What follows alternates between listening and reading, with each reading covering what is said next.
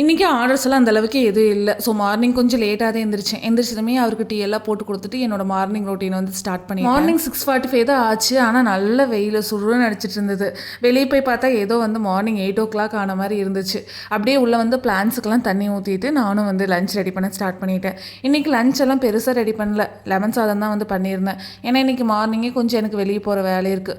பேக்கிங்க்கு சம்மந்தமான பொருளெல்லாம் கொஞ்சம் வாங்க வேண்டியது. எப்படி இருந்தாலும் நம்ம பர்ச்சேஸ் எல்லாம் முடிச்சுட்டு வீட்டுக்கு வரும்போது ரொம்ப டயர்டாக இருக்கும். கண்டிப்பாக எந்த வேலையுமே நம்மளால் பண்ண முடியாது. ஸோ கிளம்புறதுக்கு முன்னாடியே எல்லா வேலையும் பண்ணி முடிச்சிடலாம்னு சொல்லிட்டு சமையல் பண்ணதுக்கப்புறம் இருக்கிற பாத்திரமெல்லாம் வந்து ஃபுல்லாக கழுவி வச்சுட்டு வீட்டையும் நல்லா கூட்டி க்ளீன் பண்ணி விட்டுட்டு அதுக்கப்புறம் தான் நான் வந்து வெளியவே கிளம்புனேன். வீட்டுக்கு தேவையான க்ராசரி ஐட்டம்ஸாக இருந்தாலும் சரி, இல்லை பேக்கிங்க்கு தேவையான பொருட்கள் எல்லாமே வந்து பார்த்திங்கன்னா எப்பவுமே தீர நான் வாங்கி வச்சுக்குவேன். ஏன்னா அப்போதைக்கு நம்ம தொலைவும் போது கண்டிப்பாக வந்து கிடைக்காது.